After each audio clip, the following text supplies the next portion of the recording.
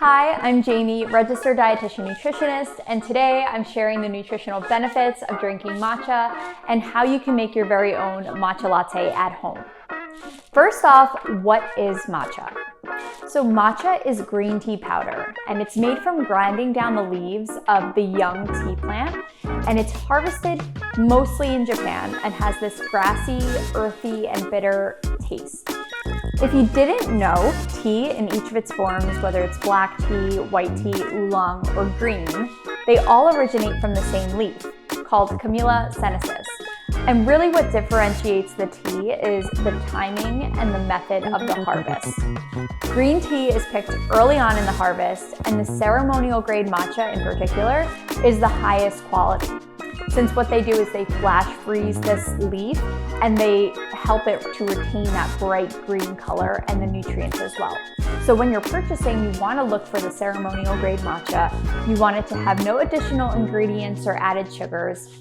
And also be mindful that matcha is very sensitive to light and heat. So it will oxidize in bright, warm environments, which just means that you need to store it in a cool, dark place. If you have an opaque container, they usually come in an opaque container, and keep it inside your refrigerator or your freezer. Matcha nutritional benefits. So instead of steeping the green tea leaves like you would with a tea bag of green tea, with matcha, you're ingesting the entire green tea leaf. This is what makes matcha so nutrient dense. It's filled with B vitamins, vitamin A and E, and essential minerals like magnesium, potassium, and zinc too.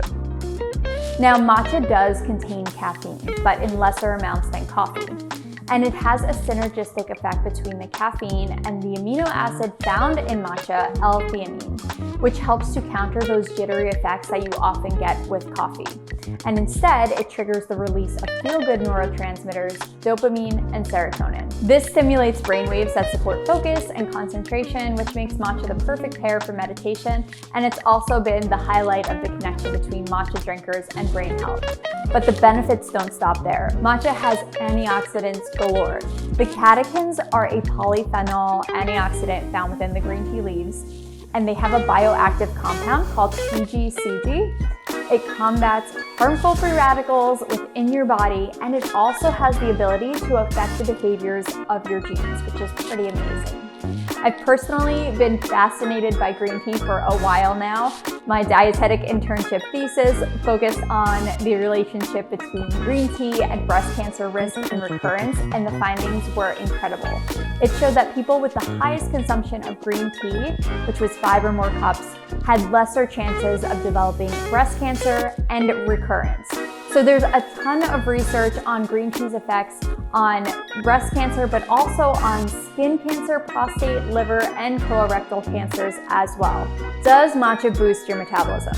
So green tea has the ability to temporarily boost your metabolism, but in terms of weight loss, there's really minimal effects. Matcha is not going to be this magic powder for weight loss. But it is delicious, and if you like it, there are so many nutritional benefits to adding it to your morning routine. So let's get started. I'm going to show you my favorite way to enjoy matcha with this matcha latte recipe. The first thing you want to do is fill up your tea kettle with filtered water. This is an important first step of the process. You're going to want to put it on the stovetop to heat it up, and while that's going, you're going to pour your milk of choice into a milk frother if you have one of those. If not, you could just heat up milk too in the microwave or on the stovetop. Once that's warming, you're going to get all of your equipment together. So the matcha whisk is really important for incorporating the matcha. You're going to want a teaspoon or a tea ladle. And then a sifter, if you have one of those, is really handy and it'll make for a much smoother drink. Any kind, I just have that in the kitchen and use that. Then you're gonna want a bowl to incorporate the matcha with the water, and then a mug, of course, to drink your matcha out of as well. Once your water is heated, I like to leave it just to cool a little bit because you don't want it too hot because that'll then burn the matcha. So just let it cool a little bit and then start to sift your matcha through the sifter. Put the bowl underneath, take a teaspoon of the matcha powder and then pour it into the sifter and use that spoon to just move it back and forth so that you get all of those clumps out of the matcha. and you'll see that it turns into this really nice fine powder that is super bright and beautiful and green. And then what you're gonna do is you're gonna take the somewhat cooled, warmer water. This is pretty hot, but you're gonna want to take that and pour it over the matcha, and then use the matcha whisk to incorporate that with the water in a zigzag motion until it is really smooth and just no lumps involved, because that's not going to taste so good when you're drinking it. Then you're going to pour the matcha into your mug.